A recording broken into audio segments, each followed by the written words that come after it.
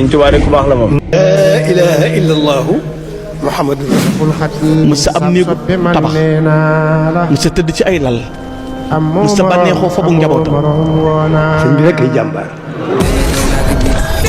loxo yëpp jëm kaw bañ a dese genn kàttan di ko rek waaw waaw baatu yàlla bi na jóg.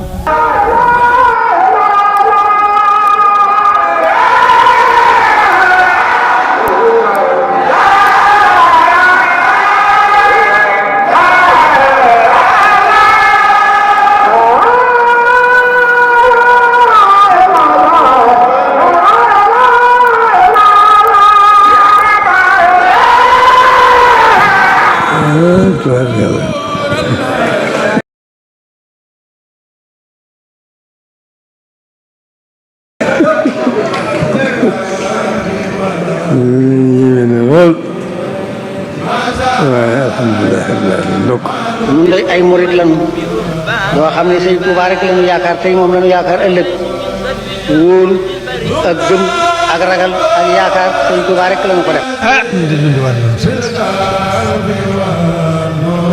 xamoon na ni sant de daan sant képp koo xam ne xolam Sëriñ Tuubaa nga ca ñun ñooñu nag mbooloo bépp nag ñun war naa sant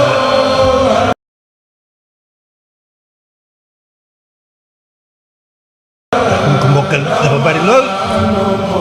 kon nag ñun murit suñu gëm yàlla ak suñu jëf jiw lépp dellu na ci Sëriñ Tuubaa la wér na leen wóor ci mu ne Sëriñ Tuubaa la ñu jaayanteel Sëriñ Tuubaa la ñu topp Sëriñ Tuubaa mi ñu topp nag ku topp ci moom ci yonent bi nga topp danaa joxe li ko waral ku jaayante moom yonent bi nga jaayanteel te ku jaayante yonent bi yàlla nga jaayanteel inna llaziina yubaayi'uunaka innamaa yubaayi'uuna Allaaha man ittaba'a rasuula faqad ataa'a Allaah kon nag diggante Sëriñ Tuubaa ak yonent bi laa bëgg na waxtaan diggam ak yonent bi defut loo xam ne da koo compter lu mu xëyee rek la ñaan ko lenn taxut mu di ko liggéey lenn lu mënta ñàkk sax mu doon ko liggéey ni amul